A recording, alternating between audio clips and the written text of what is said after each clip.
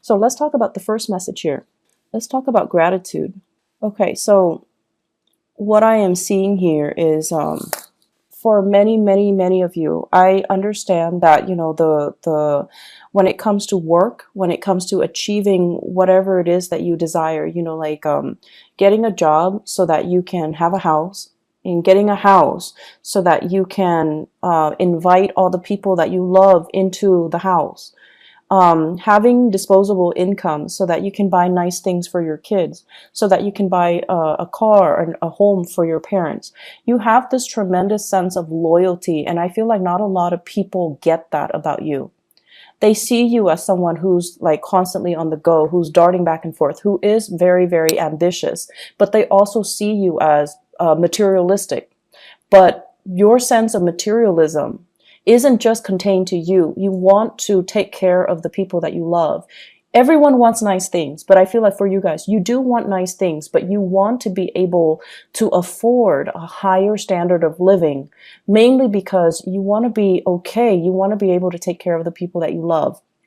And at the same time, I feel like, especially if for those of you who came from, rags to riches, all your worldly success is kind of like the physical, the tangible manifestation of all the things that you've had to do, all your achievements.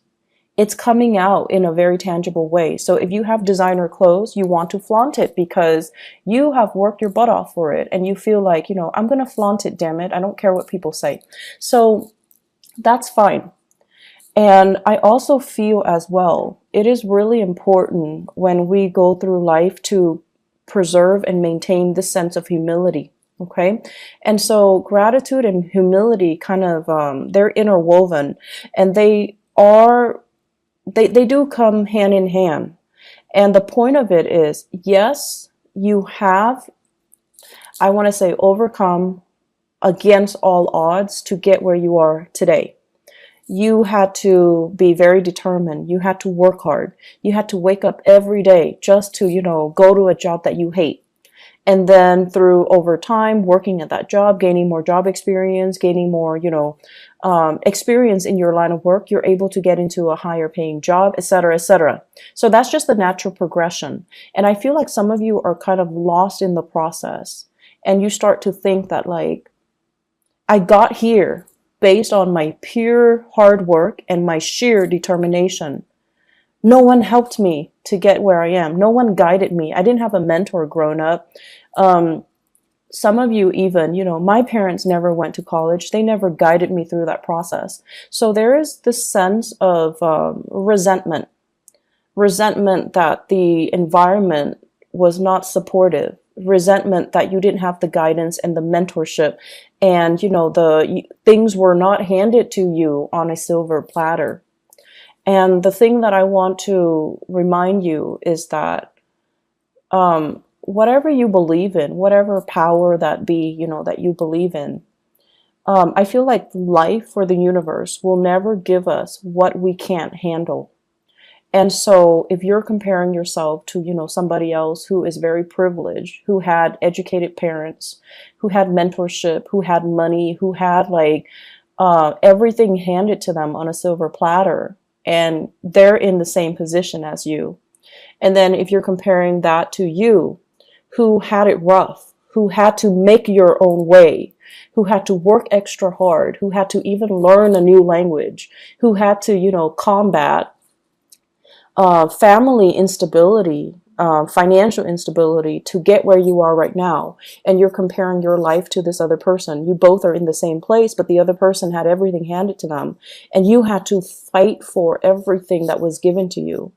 And you kind of look at the other person with resentment, right? You're just like, they're so clueless and blah, blah, blah.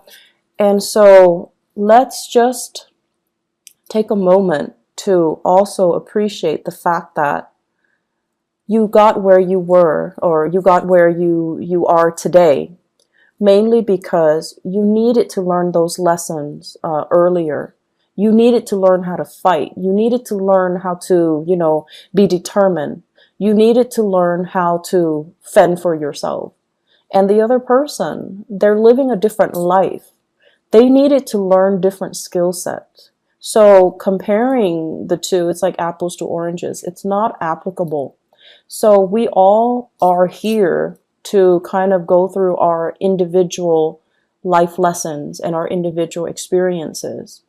And so we really can't compare our achievements with another person, nor should we compare our achievements with another person. Doing so can trigger a lot of resentment, a lot of feelings of injustices, and it is also very, very, very divisive when we're trying to cultivate, a harmonious working environment, when we're trying to cultivate a sense of compassion and understanding for ourselves and other people, when we're trying to cultivate a sense of community. So on the flip side of that, let's also talk about, we are a product of our environment. And I also feel as well, we can't get where we need to go unless we have to go through these lessons, but also we have learned from other people along the way. So in that case, in that situation, it's the people that shape you who you are, for good or for bad, but they also have helped you along the way. So I feel like it would be really, really self-centered to say that I got where I got today through my sheer determination and hard work. Nobody helped me, and that's all it is, and that's not true. So think back and give that gratitude, give that thanks to the people that helped you. I'm sure they are out there. Give thanks to maybe even your mom and dad who was babysitting the kids so that you can, finish up your schoolwork, so that you can, work an extra or a few hours later, like work overtime. And the people that are willing to, support you, read your term papers, make correction, proofread, teachers that inspire you. There are plenty of people that were there to really egg you on. Okay. And I also feel for some of you, give that gratitude to yourself for, I feel many of you have made, let's just say in your 20s and 30s, decisions that you should have known better. And this is not to shame anybody, but I feel like you learned lessons the hard way, and you knew that, oh, I shouldn't make that, choice. It's not good for me. But you did it anyways. You had to learn the hard way, and you had to learn it a specific way. And so other people might have coasted through, the 20s and the 30s. They didn't really get themselves bogged down with these problems, but you did. So it took you longer to get where you need to be in relation to the other person. So everything that happens for a reason. And everything, we need to really understand, we're all parts of a whole. And through sheer strength and determination, you got where you got today, but it's still a byproduct of everything that everybody that helped you along the way, circumstances that needed to fall into place in the specific order in order for things to propel for you. Okay. So think of it as like the invisible hand, the divine, guidance, whatever it is. Give that prayer of gratitude. Take a moment to really think about all the people that really contributed to who you are right now. And you need to give that thanks. Okay. Doing so is going to help you kind of re-embed yourself in this social fabric. It's going to help you feel a little bit less tension and a little bit more at ease with the people around you. Okay. And it's going to also strengthen that emotional bond between you and other people. Okay. Second message here, completing a debt. So a cycle of completion. I'm feeling for many of you, you might have paid off your mortgage. I feel like this is something big. You might have paid off a major mortgage. So you're no longer owing money on a home. Major car payments, you're paying that off. Car payment, student loans for some of you. as well as home repair loans. So for those of you who are, who had to take out a loan because of home repairs, and you're also kind of resentful, like, oh, mom and dad didn't have the money to help me, and I had to do it on my own, and now it's paid off. I'm so proud of myself, and you should be proud of yourself. And I'm feeling as well, credit card. For those of you who were struggling in your 20s and your 30s with financial obligations and, running up your credit or ruining your credit, you're paying that off. You're getting things repaired. You're getting your life back on track on the financial front. I'm also feeling as well freeing up revenue. So I feel like many of you, I'm seeing as well some fathers paying off like child support. You're at the end of a cycle where the child is, has just turned 18, and your financial contributions or obligations, I would say, are you're no longer needed. So not just financially, not that, they don't need you emotionally, they do, but financially you're freed. Okay. And then for others, even like, couples or women, the kids have flown the nest and now you're free. So there is a freeing up of a revenue stream since you're no longer needing to pay all these loans or to take care of the child or to pay child support or whatever it is. The money is freed up. Definitely, don't look at it as, oh, yay, I have this new revenue stream. I'm going to go buy things.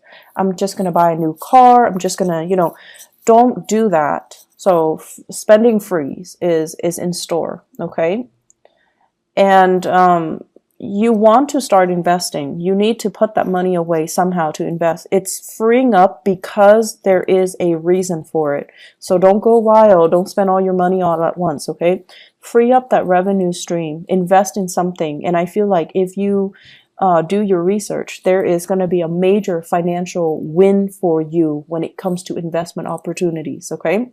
So if you are people that are in that category where something is freeing up, definitely invest in something. I feel like you're going to be pleasantly surprised, especially come the September timeframe, okay? I do see major financial gains here, so it's really, really important. They are also saying as well, with the prime real estate message, some of you are sitting on prime real estate, like you finish paying off a home. The home is accumulating in value very, very, very, very quickly. So you own a piece of prime real estate. If you have that extra revenue stream, you definitely should invest in real estate. You definitely should look into, investment opportunities, buying houses, and even putting that house up for rent and then moving to a different location and buying a property or even renting a property, because your house, the prime real estate, it's so high that whatever residual income revenue you get from renting it is going to pay for the other house. So I feel like you are in a really good position here to kind of, what is that word, like rearrange your living arrangement so that you can benefit from this prime real estate idea concept, okay? I'm also sensing as well, they keep pointing downwards, like land, like land investment, thinking about even investing overseas, buying property overseas for those who have the money, who travels a lot, or who are, in retirement age, and you're thinking about settling elsewhere.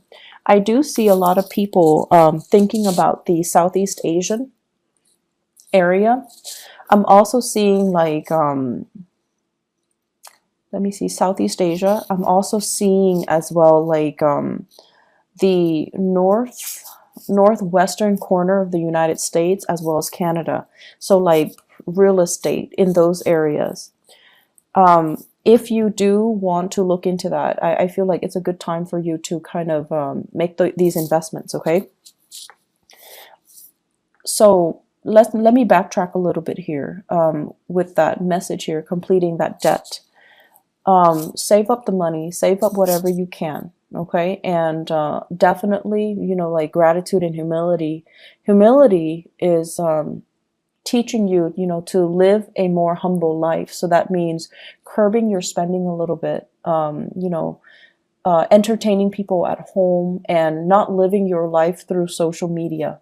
Okay, so that basically means, don't have that flashy lifestyle.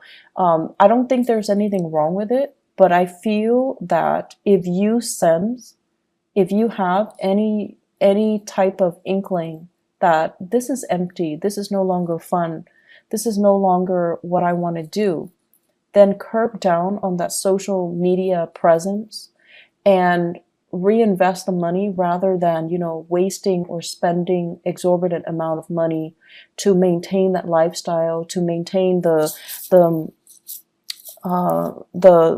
the designer clothes and, the fast cars. Okay, so I feel that ultimately it's going to leave you very empty, and it's going to leave you financially drained. So what's the point, right?